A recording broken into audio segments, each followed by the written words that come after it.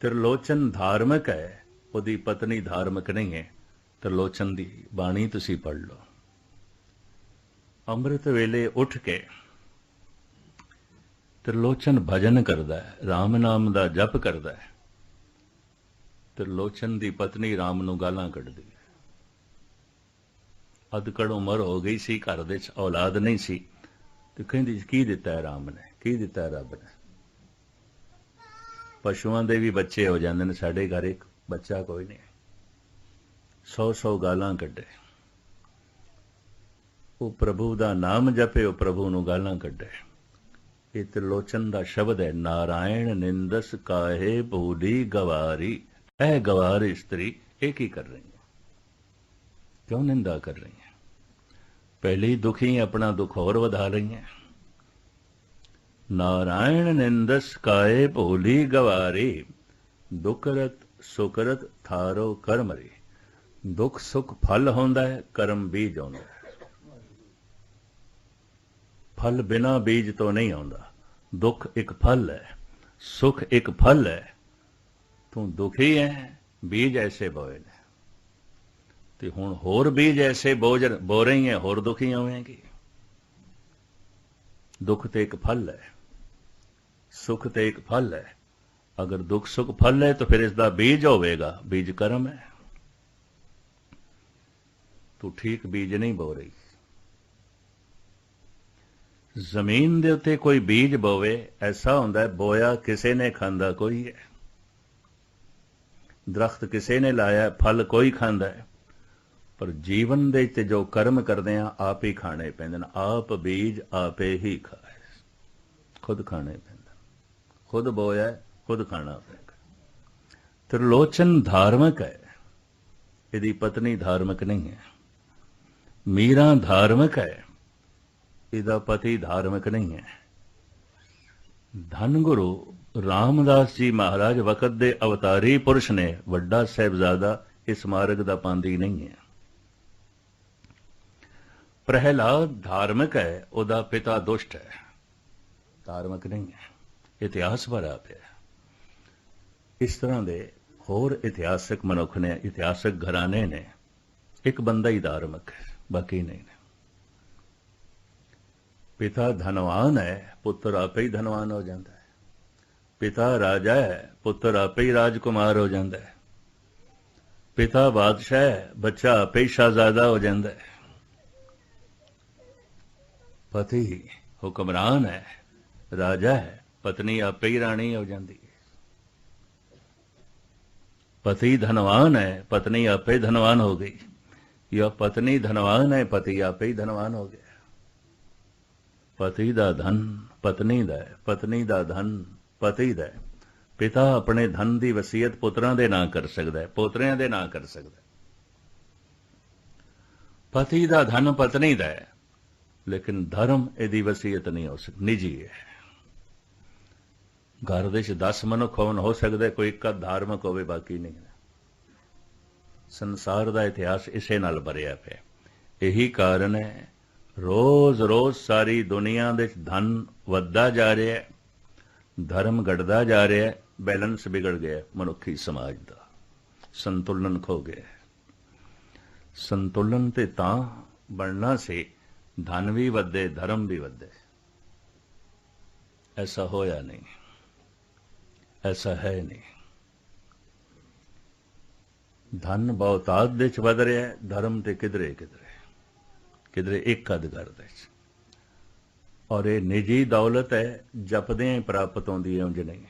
जिहड़ा जपदा उसनों, ते जप के जिसनों प्राप्त होया किसी दे हथ भी नहीं पकड़ा सकता भी ऐ लै मैं तेनों नाम देना।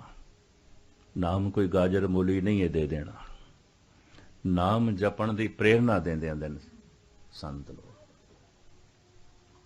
ते किसी दा हिरदा जपण नूं राजी हो गया तो सतसंग दा फल मिल गया। मंदिर मस्जिद गुरुद्वारे आण दा फल मिल गया। क्यों? जपण लग पे। धन गुरु नानक देव जी महाराज दी पहली बाणी जप और सतगुरु दा संदेश उपदेश, जपो त एको नामा अवर निराफल कामा। जप किवें करिए, रसना नाम जपो तब मथिए, इन बिद अमृत पाओ। रसना नाल जपना, किन्ना क जपना है, गिणती मिणती नहीं रखनी। मैं इन्ने 100 दफा माला फेरी है, ते कीता ते ओ कीता। ये ते एक दो जीव बहु लख होवे लख बीस। एक जबान दो हो जान दो, 20 हो जान 20, लख हो जान लख, 20 लख हो जान। एक एक रसना नाल लखां लखां वारी वाहिगुरु वाहिगुरु वाहिगुरु उचारण करिए। ਇਹ ਤਰਾਪਤ ਪੌੜੀਆਂ, ਇਹੀ परमात्मा ਦੇ घर ਦੀਆਂ ਪੌੜੀਆਂ ਨੇ। ਇਹੀ ਪੌੜੀਆਂ ਨੇ। ਚੜੀਏ ਹੋਏ ਇਕੀਸ, ਚੜ ਕੇ ਮਨੁੱਖ ਇੱਕ ਈਸ਼ਵਰ ਦਾ ਰੂਪ ਹੋ ਜਾਂਦਾ। ਇਹੀ ਪੌੜੀਆਂ ਨੇ। ਪਰ ਹੁਣ ਪ੍ਰਸ਼ਨ ਪੈਦਾ ਹੁੰਦਾ ਹੈ, ਜਪੀਏ ਵਾਹਿਗੁਰੂ ਵਾਹਿਗੁਰੂ, ਧਿਆਨ ਕਿੱਥੇ ਰੱਖੀਏ? ਬਦਕਿਸਮਤੀ ਹੈ। ਅਕਸਰ ਇਹ ਸਿਲਸਿਲਾ ਉਹ ਲੋਕ ਦੱਸਦੇ ਨੇ ਜਿਨ੍ਹਾਂ ਦਾ ਸਵੈਮ ਇਸ ਬਾਰੇ ਕੋਈ ਅਨੁਭਵ ਨਹੀਂ ਹੁੰਦਾ। ਕਹਿੰਦੇ ਤਸਵੀਰ ਦੇ 'ਚ ਧਿਆਨ ਜੋੜੋ, ਮੂਰਤੀ ਦੇ 'ਚ ਧਿਆਨ ਜੋੜੋ, ਇੱਥੇ ਧਿਆਨ ਜੋੜੋ। ਗੁਰੂ ਗ੍ਰੰਥ ਸਾਹਿਬ ਵਿੱਚ ਮੈਨੂੰ ਇੱਕ ਸ਼ਬਦ ਵੀ ਐਸਾ ਨਹੀਂ ਮਿਲਿਆ ਜਿੱਥੇ ਸਤਿਗੁਰ ਨੇ ਕਿਹਾ ਵੇ ਇੰਜ ਕਰੋ, ऐसा करो। बेशतर संत ऐसा कहते हैं। अगर मूर्ति ध्यान जोड़ना है, ध्यान बाहर गया। तस्वीर दे ध्यान जोड़ना है, ध्यान बाहर गया। मथे ते ध्यान जोड़ना है, ध्यान बाहर गया। ध्यान ते अंतर्मुखी करना है। तो ध्यान नू अंदर करिए। इहदे वास्ते कोई साधन वसीला साहिब कहते ने, धुन में ध्यान ध्यान में जानिया, गुरमुख अकथ कहानी। धुन दे च ध्यान जोड़ने। वो धुन वाहिगुरु, ये धुन है ना, ਇਹਦੇ 'ਚ ध्यान जोड़ना है। तो धुन ਦਾ तो कोई ना रंग ना रूप, आवाज ਦਾ तो कोई रंग रूप नहीं, कोई चक्कर चैन नहीं है। ਤੁਹਾਡੇ ਵਿੱਚ ਜਿਹੜੇ ਕੋਈ ਇਸ ਮਾਰਗ ਦੇ ਪਾਂਦੀ ਹੋਣਗੇ, ਥੋੜਾ ਬਹੁਤ ਕਰਦੇ ਹੋਣਗੇ, ਸ਼ਾਇਦ ਉਹਨਾਂ ਦੇ ਪੱਲੇ ਕੁਝ ਪਵੇ। बाकियां ਲਈ ਇਹ सिल अलोनी चटनी है। धुन में ध्यान, एकाग्रता बख्शनी। धुन में ध्यान ध्यान में जानिया, गुरमुख अकथ कहानी। धुन दे च ध्यान जोड़ना है, शब्द दे च सुरत जोड़नी है। तो धुन का ना कोई रंग ना कोई रूप, किस तरह ध्यान जोड़िए? धुन का ना कोई आकार ना कोई चक्कर चैन, धुन दे च किस तरह ध्यान जोड़िए? साहिब कहते धुन नूं सुनो, ते सुन तां ही सकेगा मनुख जे ध्यान है, नहीं तो नहीं सुन सकेगा। एक मनुख उच्ची उच्ची बोल रहा होंदा है, दूजा सुन रहा होंदा है। ते सुनन वाला अचनचेत कह दिंदा, मित्रा ये गल फिर आख मैं नहीं सुनी। बई तू क्यों नहीं सुनी? कहता मेरा ध्यान किसी होर पासे चला गया। तो सुनना तो ध्यान ने, और किसने सुनना? ध्यान नहीं है। कोई वाहिगुरु वाहिगुरु जप रहा है, नहीं सुनाई देगा, एवं जबान पे बोल दी। बाणी पढ़ रहा है, अगर उस विच ध्यान नहीं तो संबंध नहीं जुड़ेगा। भोजन दी बुरकी मूंह दे राही अंदर जाएगी, पच के खून बनेगी, मिंज बनेगी, मांस बनेगी। गुरु दा मंत्र शब्द कन्ना दे राही अंदर प्रवेश करेगा, समाधि बनेगा, आनंद बनेगा, महारस बनेगा। शब्द मुंह दे राही अंदर नहीं जाएगा, मुंह दे राही बाहर प्रगट होएगा, कन्ना राही अंदर प्रवेश करेगा।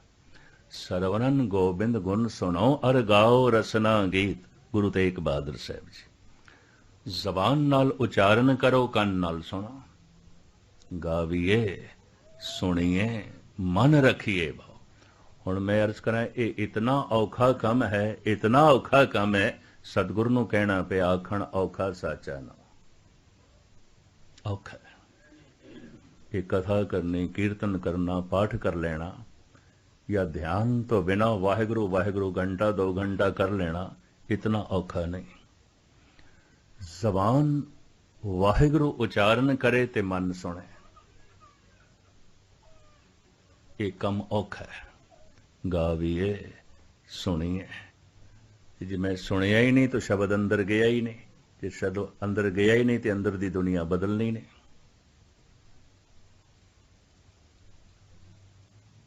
जैसे सारा दिन पानी दा घुट मेरे मुंह च होवे, मैं थल्ले ना करा प्यास नहीं मिटेगी। सारा दिन भोजन दी बुरकी मेरे मुंह च, मैं थल्ले ना करा भुख नहीं मिटेगी।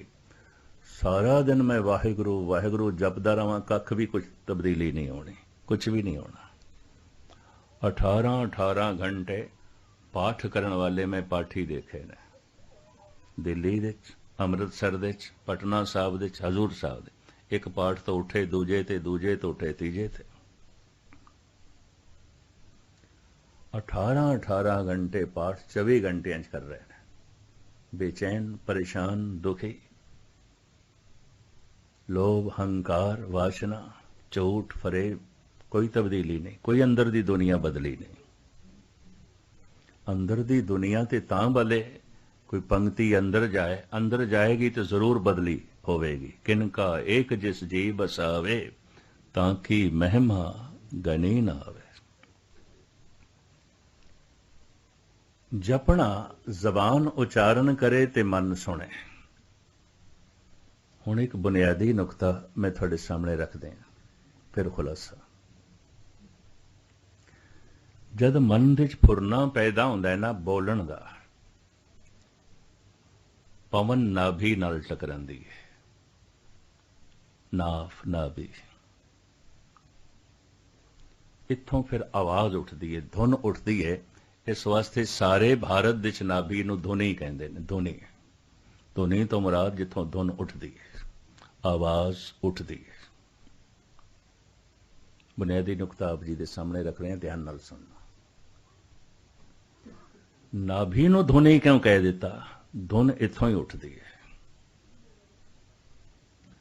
पवन टकरांदी है नाभि नाल, नाभि थोड़ी खुलदी है, जिवें शहनाई मुरली है, संख है, फनीरी है, नरसिंघा है। ये फूक देण नाल वजदे ने, आवाज कढ़दे ने। नाभि बिल्कुल इंज कह लो संख दी तरह है, फनीरी दी तरह है, नरसिंघे दी तरह है। पवन टकरांदी है, उथों बाणी आवाज निकलदी है। देही माटी बोले पवन। नाभि मांस दा टुकड़ा मिट्टी, देही माटी। पवन दे टकरांदियां आवाज निकलदी है, बोले पवन। देही माटी बोले पवन। जैसे मन दे फुरना हुंदा कुछ भी बोलण दा, पवन नाभि नाल टकरांदी है। नाभि थोड़ी जिहां खुलदी है, इथों आवाज उठदी है, उहनूं परा कहंदे ने। सिर्फ धुन उठी है, वो फिर उठ के धुन हिरदे तक पहुंचदी है, इहनूं पसंती कहंदे ने। इत्थे अखर बनदे ने, आवाज नूं अक्षर मिलदे ने। ये कम बहुत छेती चाहुंदा है, तेजी चाहुंदा है। हिरदे तो उठ के ये धुन कंठ तक पहुंचदी है, इहनूं मधमा कहंदे ने। पूरा वाक बन जांदा है, जबान बयान कर देंदी है, इहनूं बैखरी कहंदे ने। परा पसंती मधमा बैखरी।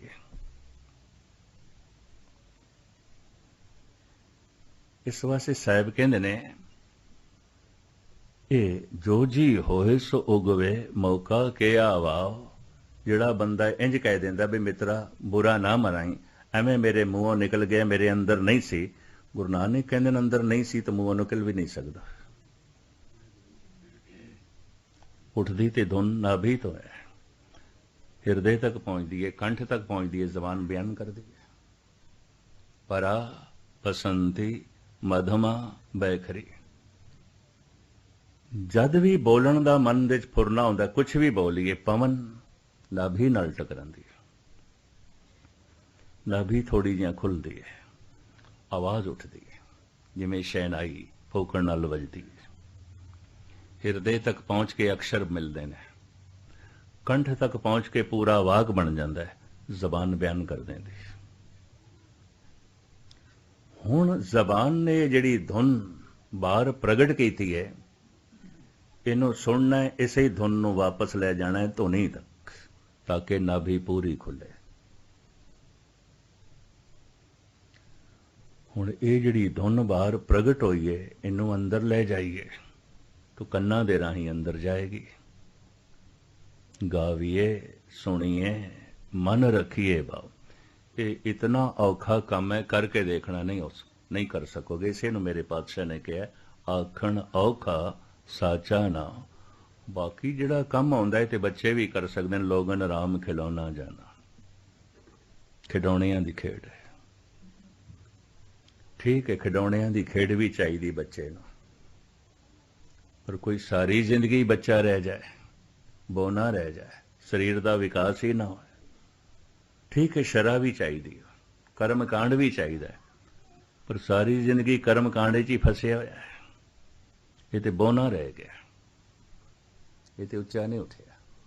ਧਾਰਮਿਕ ਜਗਤ ਦੇ ਵਿੱਚ ਤੁਸੀਂ ਦੇਖੋਗੇ, ਕੋਈ ਇੱਕ ਅੱਧ ਉੱਚਾ ਉੱਠਦਾ ਹੈ, ਸਾਰੀ ਜ਼ਿੰਦਗੀ ਲੋਕਾਂ ਦੀ ਕਰਮ ਕਾਂਡ 'ਚ ਹੀ ਰਹਿ ਜਾਂਦੀ।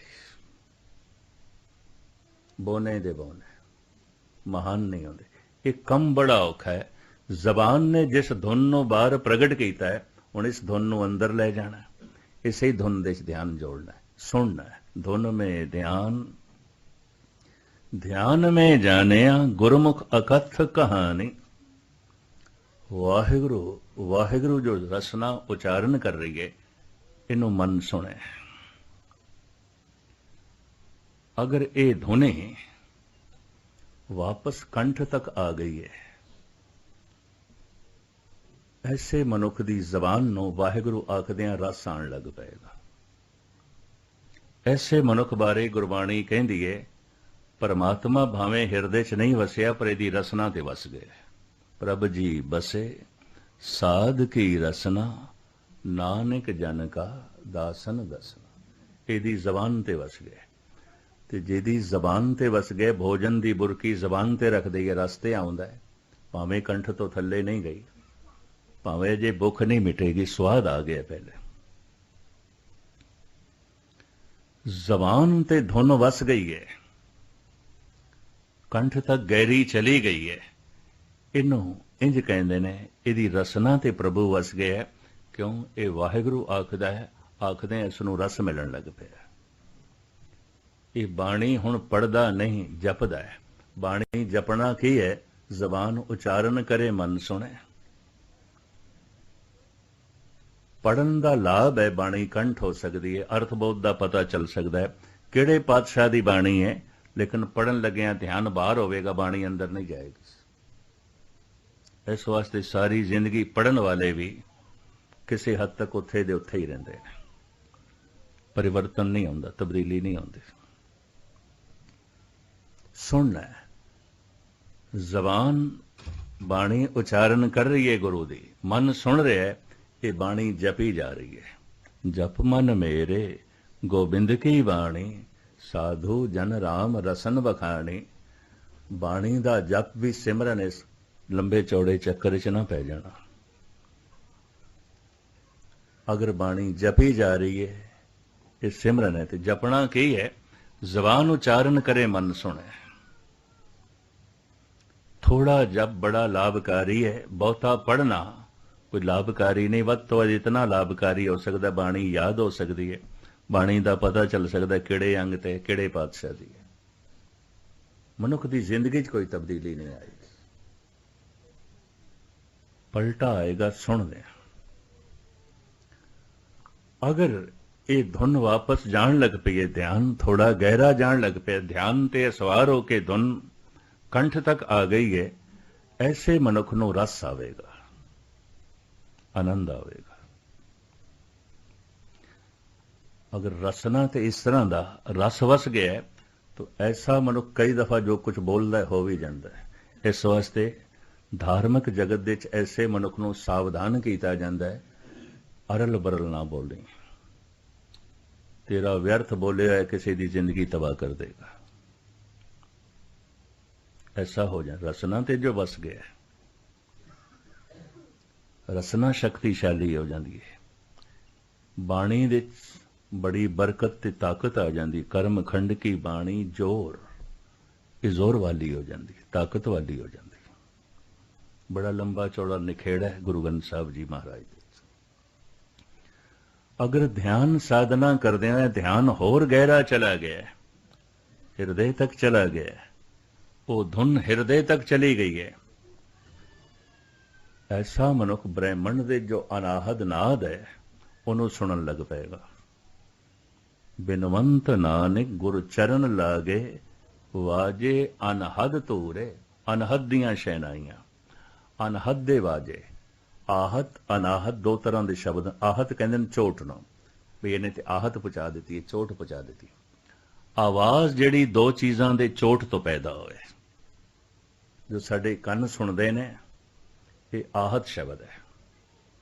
ਵਾਹਿਗੁਰੂ ਵਾਹਿਗੁਰੂ ਅਸੀਂ ਜੋ ਉਚਾਰਨ ਕਰਨੇ ਆ, ਆਹਤ ਸ਼ਬਦ ਹੈ। ਪਵਨ ਨਾਭੀ ਨਾਲ ਟਕਰਾਂਦੀ ਹੈ, ਧੁਨ ਪੈਦਾ ਹੁੰਦੀ ਹੈ, ਆਹਤ ਸ਼ਬਦ ਹੈ। ਚੋਟ ਤੋਂ ਪੈਦਾ ਹੁੰਦਾ ਹੈ। ਪੱਥਰ ਨਾਲ ਪੱਥਰ ਟਕਰਾਵੇ, ਪਵਨ ਦਰਖਤਾਂ ਨਾਲ ਟਕਰਾਵੇ, ਪਾਣੀ ਪੱਥਰਾਂ ਨਾਲ ਟਕਰਾਵੇ, ਧਾਤੂ ਨਾਲ ਧਾਤੂ ਟਕਰਾਵੇ, ਸੋਨੇ ਨਾਲ ਸੋਨਾ ਟਕਰਾਏ, ਲੋਹੇ ਨਾਲ ਲੋਹਾ ਟਕਰਾਏ। ਟਕਰਾਓ ਤੋਂ ਜਿਹੜੀ ਆਵਾਜ਼, ਜਿਵੇਂ ਦੋ ਹੱਥਾਂ ਨਾਲ ਤਾਲੀ ਵੱਜਦੀ ਹੈ, ਇਹਨੂੰ ਆਹਤ ਸ਼ਬਦ ਕਹਿੰਦੇ ਨੇ। ਅਨਾਹਦ ਜੋ ਸਾਰੇ ਬ੍ਰਹਿਮੰਡ ਦੇ ਵਿੱਚ ਮੌਜੂਦ ਹੈ, ਚੋਟ ਕਰਕੇ ਉਹ ਸ਼ਬਦ ਨਹੀਂ ਹੈ, ਪਰਮਾਤਮਾ ਦੀ ਆਵਾਜ਼ ਹੈ, ਬ੍ਰਹਿਮੰਡ ਦੇ ਵਿੱਚ ਗੂੰਜ ਰਹੀ ਹੈ। ਸੁਣਾਈ ਕਿਉਂ ਨਹੀਂ ਦਿੰਦੀ? ਮਨ ਚੁੱਪ ਕਰੇ ਤੇ ਸੁਣਾਈ ਦਿੰਦੀ। ਇਸੇ ਨੂੰ ਕਿਹਾ ਵਾਜੇ ਨਾਦ ਅਨੇਕ ਅਸੰਖਾਂ ਕੇਤੇ, ਵਾਵਣ ਹਾਰੇ ਕੇਤੇ, ਰਾਗ ਪਰਿਸੋਂ ਕਈਨ ਕੇਤੇ, ਗਾਵਣ ਹਾਰੇ। ਉਹ ਆਵਾਜ਼ ਸੰਗੀਤਮਈ ਹੈ, ਗੀਤਮਈ ਹੈ। ਭਗਤ ਸੁਣ ਕੇ ਬਿਸਮਾਦ ਦੇ ਚਲੇ ਜਾਂਦੇ ਨੇ। ਆਹਤ ਦੋ ਚੀਜ਼ਾਂ ਦੇ ਟਕਰਾਓ ਤੋਂ। ਅਨਾਹਦ ਜੋ ਬ੍ਰਹਿਮੰਡ ਦੇ ਵਿੱਚ ਵਿਆਪਕ ਹੈ, ਆਵਾਜ਼। ਦੂਰ ਕਿਉਂ ਜਾਓ, ਸਹਿਜੇ ਸਹਿਜੇ ਨੇੜੇ ਆ ਰਹੀ ਹੈ। ਉਹ ਕਹਿ ਰਹੇ ਨੇ ਸਾਰਾ ਬ੍ਰਹਿਮੰਡ ਆਵਾਜ਼ ਤੋਂ ਪੈਦਾ ਹੋਇਆ, ਧੁਨ ਤੋਂ ਪੈਦਾ ਹੋਇਆ, ਧਮਾਕੇ ਤੋਂ ਪੈਦਾ ਹੋਇਆ। ਕਿਸੇ ਵਕਤ ਫਿਰ ਇਸ ਦਾ ਜ਼ਿਕਰ ਕਰਾਂਗੇ। ਉਹ ਮੰਨਣ ਲੱਗ ਪਏ ਨੇ। ਉਤਪਤ ਪਰਲੇ ਸ਼ਬਦੇ ਹੋਵੇ, ਗੁਰਬਾਣੀ ਤੇ ਕਹਿ ਰਹੀ ਹੈ। ਇਹ ਉਤਪਤੀ ਸ਼ਬਦ ਤੋਂ ਹੈ, ਧੁਨ ਤੋਂ ਹੈ। ਬ੍ਰਹਿਮੰਡ ਦੀ ਸਿਰਜਣਾ ਧੁਨ ਤੋਂ ਹੈ। और धुन तो शब्द आया है, तो फिर ब्रह्मंड दे धुन मौजूद है। जैसे मां बाप तो ये शरीर आया है, तो शरीर दे मां बाप दी अंश मौजूद है। महाराज कहते ने पुरख में नार, नार में पुरखा, बूझो ब्रह्म ज्ञानी। रामकली मल्ला पहला। पुरुष दे अंदर स्त्री है, स्त्री दे अंदर पुरुष है। मां बाप तो शरीर आया, दोवां दी अंश शरीर दे मौजूद है। पुरुष इस वास्ते पुरुष है, पिता दी अंश ज्यादा है, मां दी घट है। स्त्री इस वास्ते स्त्री है, मां दी अंश ज्यादा है, पिता दी घट है। मात्रा दा भेद, इहनूं कहंदे ने मात्रा दा भेद। ये मात्रा कई दफा प्राकृतिक नियम के मुताबिक घट वध जाती है। बेशतर पुरुष स्त्री होंदे देखे गए ने, स्त्री पुरुष होंदी देखी गई है। चक्कर चेन बदलते देखे गए। और ऐसे घर हम बहुत बसाए, जब हम राम गर्भ होया है। कबीर कहते ने इस तरह के घर में कई वसाए ने। कईयां दा प्यो बनया, कईयां दा पुत्र बनया, कईयां दा पति बनया, कईयां दी पत्नी बनया। हैरानगी होवेगी, ये की आख रहे ने। एक दूजे दी विपरीत कशिश दे स्त्री पुरुष जीवते ने। पुरुष दे अंदर पुरुष दी कशिश नहीं आउंदी, स्त्री दी आउंदी है। स्त्री दे अंदर स्त्री दी कशिश नहीं आउंदी, पुरुष दी आउंदी है। ये पुरुष चाहे पिता है, भरा है, पति है, चाहे पुत्र है। नारी दे अंदर कशिश पुरुष दी आउंदी है। पुरुष दे अंदर कशिश नारी दी आउंदी है। नारी चाहे मां है, पत्नी है, भैन है, या लड़की है, धी है। बाल कन्या को जैसे बाप प्यारा, भाई को अत भाई। गुरु नानक देव जी महाराज कहते ना, मासूम कन्या नूं पिता चंगा लगता है, प्यो चंगा लगता है। विपरीत दी कशिश वो मां की तरफ इतनी नहीं लपकती, प्यो की तरफ लपकती है। बाल कन्या को जैसे बाप प्यारा, भाई को अत भाई। खैर मुख्तसर में अर्ज करा, विपरीत दी कशिश है। खिच विपरीत दी है। और विपरीत दी जे कशिश है, तो धार्मिक ज्ञान कहता है पुरुष मर के अक्सर अगला जो जन्म प्राप्त करेगा नारी का, नारी मर के अगला जन्म पुरुष का प्राप्त करेगी।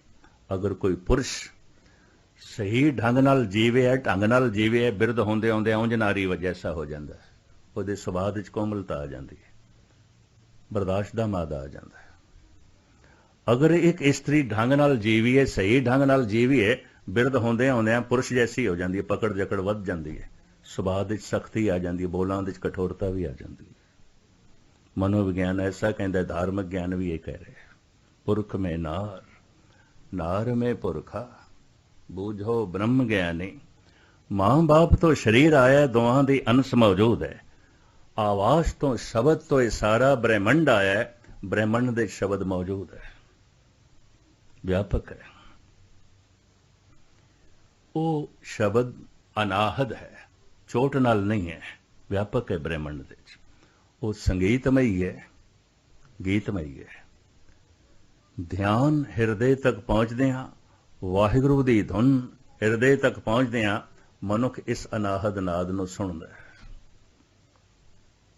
वाजे नाद अनेक अनसंखा, इसे नूं अनहद वाजा के, चेत अचेत मूड मन मेरे, बाजे अनहद बाजा, भगत कबीर। हर दूजे तीजे शब्द विच अनाहद नाद का जिक्र है। बिनवंत नानक गुर चरण लागे, वाजे अनहद तूर है, अनाहद दे वाजे, अनहद दे वाजे। लेकिन अजे जप जारी है, वाहिगुरू उचारण हो रहा है, इनू सुन रहा है, सुनना इतना गहरा है कि आवाज ओ धुन हिरदे तक चली गई है। प्रेम दा जगत, भावना दा जगत, और ऐसा मनुख अनाहद नाद सुनदा है। लेकिन ये धुन धुनी तक जावे, जिस नाभि तो धुन उठी सी, नाभि नूं धुनी कहंदे ने, आवाज उत्थों उठदी है, हिरदे तक पहुंचती है, कंठ तक पहुंचती है, जबान बराबर बयान कर देती है। यही धुनी वापस जाके धुन धुनी नाल टकरावे, होर गहरी चली गई है। ये धुन नाभि नाल टकराई है, नाभि पूरी खुल जाती है, जबान बंद हो जाती है, जबान वाहिगुरू वाहिगुरू नहीं करेगी। हुण एक शब्द मेरे प्राण बसत हैं, बहुड़ जन्म ना, ऐसा मनुख समाधि लीन हो जाता है। ऐसे मनुख नूं कहंदे ने कपाट खुल गए, नाभि खुल गई। आज काल खुले तेरी गांठड़ी, ये गंढ ये नाभि दो घटनावां नाल खुलदी है। एक अंतिम समय, मौत दे समय खुलदी है। आखिरी प्राण जद निकलदा है, आखिरी प्राण आयुर्वेद आचार्य ते धर्म ग्रंथ नाभि दे च मनदे ने। आखिरी प्राण, हत्थां चों प्राण निकल गए, हथ सुन्न हो गए, पैर सुन्न हो गए, जबान सुन्न हो गई है, नहीं बोल सकता, अखां सुन्न हो गई, नहीं देख सकता, पर मरिया नहीं अजे। आखिरी प्राण नाभि च, ते आखिरी प्राण रुखसत हो रहा है। पहचान किस तरह होती है? गुरु अर्जन देव जी महाराज कहते हैं उसकी हालत यह होती है, हथ मरोड़े तन कपे स्याऊ होआ सेत, इंज मुठियां बंद करे ते दंद वजन, कंबनी छिड़े, समझ लो आखिरी प्राण जा रहे है। ये आखिरी प्राण नाभि च जाता है, नाभि पूरी खुल जाती है। एक मौत की चोट नाल आखिरी प्राण जब निकलता है, ये नाभि खुलती है। एक धुन की चोट नाल वाहिगुरू वाहिगुरू जो जप रहे है, ये नाद, ये आवाज जे धुनी नाल टकरा गई, ये धुनी पूरी खुल जाएगी, जबान ते बंद हो जाएगी। ऐसा मनुख वाहिगुरू वाहिगुरू नहीं जपेगा।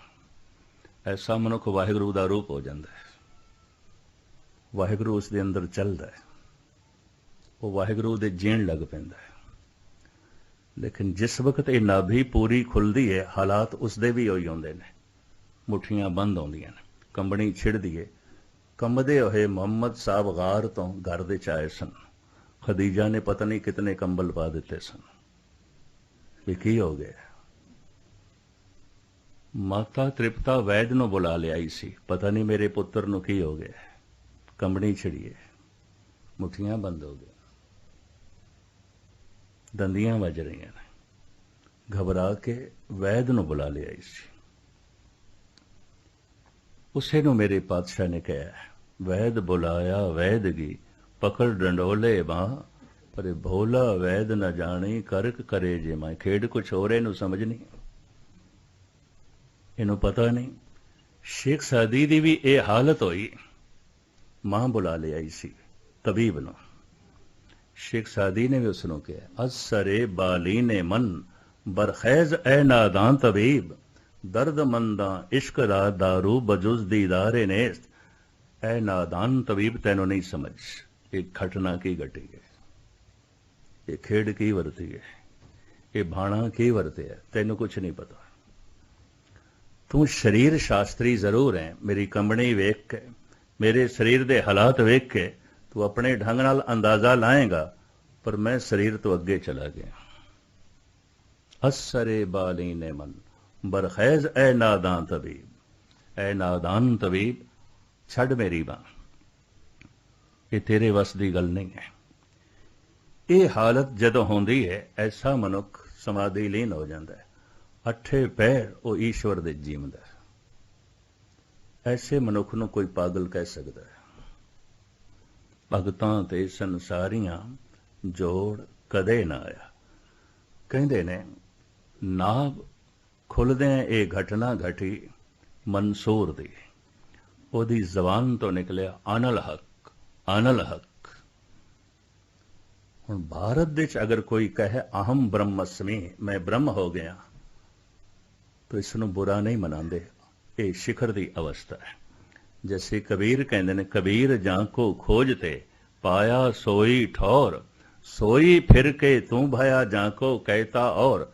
जिन्हों मैं होर होर कहंदा सी, वो ते मैनूं अंदरों लभ्या, वो ते मैं खुद हाँ। मैं राम दा रूप हो गया, राम कबीरे भेद ना भाई। भारत विच ऐसा मनदे ने, लेकिन मिस्र दे इजिप्ट दे उन्हें कहा अनल हक। उसका मुरशद सी जुनैद, उन्हें आख्या मंसूर अज ते आखे मेरे डेरे तू आख्या बाहर किधरे नाख बैठे, नहीं तो कुफर दे इल्जाम में पकड़िया जाएगा। मंसूर कहने लगा, अच्छा नहीं आखांगा। पता है जुनैद ने की आख्या, खुदा दी कसम खा, नहीं कहेगा, बिल्कुल नहीं कहेगा, कसम खुदा नहीं खावांगा, नहीं कवांगा, खा ली कसम खुदा दी। 2-4 दिन लंघे, वक़्त दे हुक्मरान ने सारे फकीरां नूं बुलाया सी, कारे दे सारे फकीरां नूं, जिहड़े चंगे चंगे फकीर उलमा सन। जुनैद नूं भी बुलाया, शाम दी दावत ते खाने थे।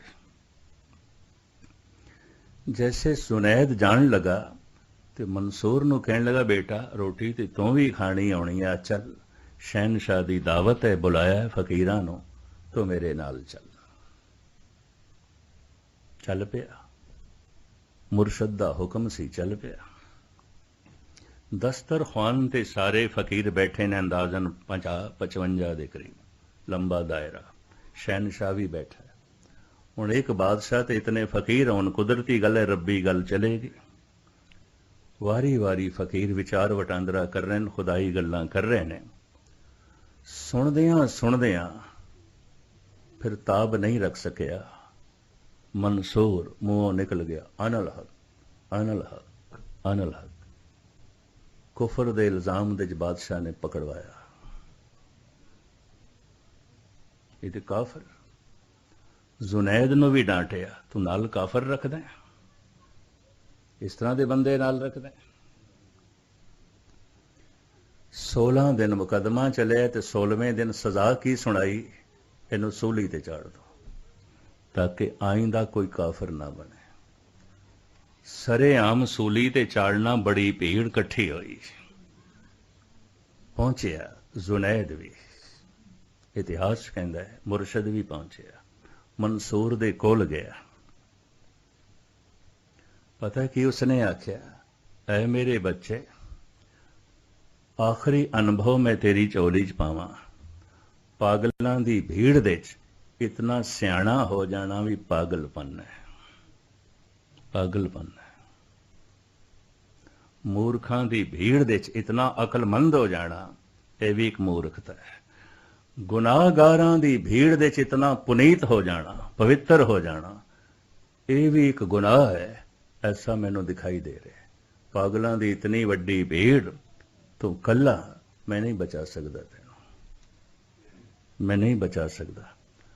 मुरशद ने कदमां दे ते सजदा कीता, मैं तेनों दसिया, तू सुन के पहुंच गया, पर मैं दसन वाला जे रस्ते च नहीं पहुंचया। मैं तेरे कदमां ते सजदा करदा, तेरे अंदर रब बोलदा है, तू रब नूं सुनदा। तू शरीर तो उच्चा उठ गया, ये जगत नूं नहीं पता। भावें तेरे शरीर दे टुकड़े करनगे, तू ते शरीर तो उच्चा है, पर ये जगत नूं कुछ नहीं पता। पागलों की भीड़ है। मुख्तसर में अर्ज करा, अनल हक, उसने ऐसी आवाज सुनी, अहम ब्रह्मस्मि, कोई इस तरह सुनते हैं। गुरु अर्जन देव जी महाराज कहते हैं, एक शब्द मेरे प्राण बसत हैं, सुन रहे हैं, प्राणा चल रहे, बहुड़ जन्म नाम। ये आवाज परमात्मा दी होंदी है, व्यापक है। ध्यान किथे जोड़ना है, मैं फिर दोहरावां ते समाप्ति करा। धुन में ध्यान, ध्यान में जाने, धुन दे च ध्यान जोड़ना है। वाहिगुरु वाहिगुरु उच्चारण करना है, इहदे च ध्यान जोड़ना है।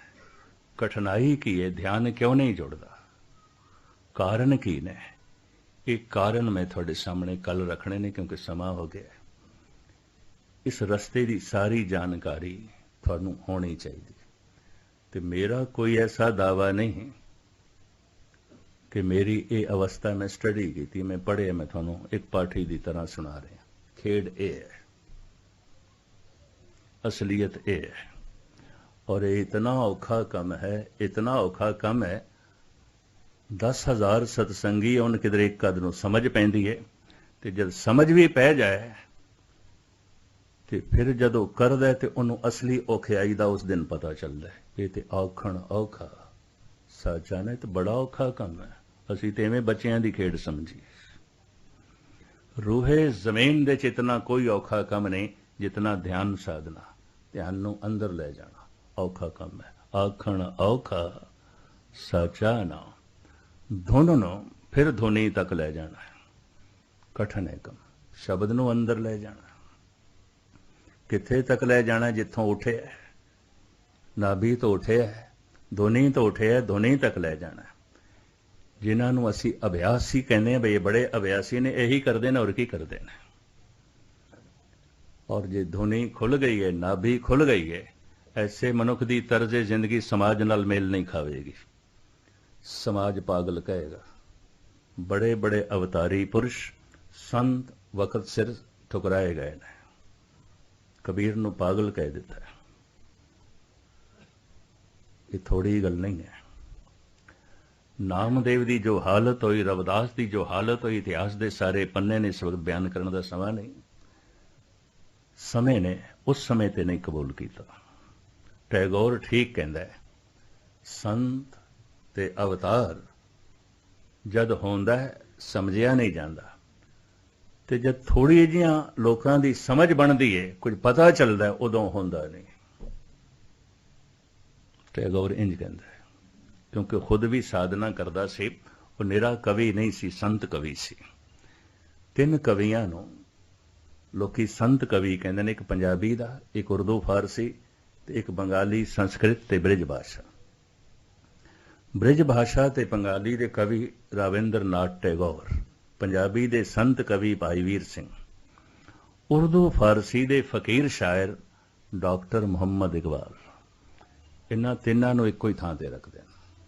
ये संत कवि ने, ये फकीर शायर ने, इन्हां दे बड़ी भारी गहराई है। राविंद्र नाथ टैगोर कहते हैं, सन भगत अवतार जद होंदा है समझिया नहीं जाता।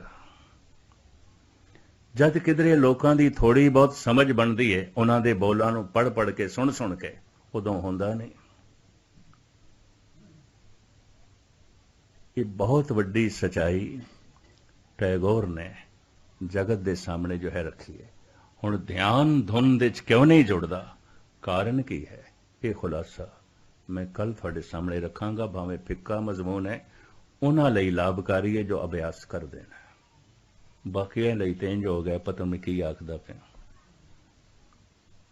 बस आ गए, मत्था टेक लिया चले गए, वाग सुन लिया चले गए, थोड़ा बहुत दान पुण्य कर लिया चले गए। ये कर्म कांड है। ये इस तरह है जिवें बच्चे नूं खिडौणिਆਂ ਦੀ ਲੋੜ है, खेडदा पिया लोड़ है, पर बच्चे नूं लोड़ है जवान भी खिडौणिਆਂ नाल खेडे और उन्हां खिडौणिਆਂ नाल। जद 5 साल दा सी खेडदा सी। नाम अभ्यासी एक ऐसी स्टेज ते पहुंच जाता है, कर्म कांड नहीं रहिंदा, छुट जाता है। अगर कर्म कांड छुटिया नहीं 10 साल 20 साल दे तो ये बोना रह गया, विकास नहीं होया, तरक्की नहीं हुई। ये तो बोने का बोना रह गया। किसी की अकल नहीं वधदी, किसी का शरीर नहीं वधदा। ऐसे बोने ते थोड़े ने जिन्हां दे शरीर का विकास नहीं होंदा, बहुत थोड़े ने। पर ऐसे बोनियां नाल समाज सारा संसार भरिया पिया है जिन्हां दी अकल का विकास नहीं होंदा। खास करके धार्मिक अकल उत्थे दी उत्थे रुक जाती। तो मैं फिर दोहरावां, जपो त एको नामा अवर निराफल कामा। सारे धार्मिक कर्म निष्फल समझ ले अगर तू जप नहीं कर रहा। जपो त एको नामा अवर निराफल कामा। जप दे च बाधा की है, ध्यान टिकदा क्यों नहीं? ये जो गुरु नानक देव जी महाराज कारण दसदे ने एक पाठी की तरह पढ़ के, बाकी विचारा मैं कल थानू सरवण करावांगा। इत्थे ही समाप्ति, समा काफ़ी हो गया। बुल चुक दी क्षमा। वाहिगुरू जी का खालसा, वाहिगुरू जी।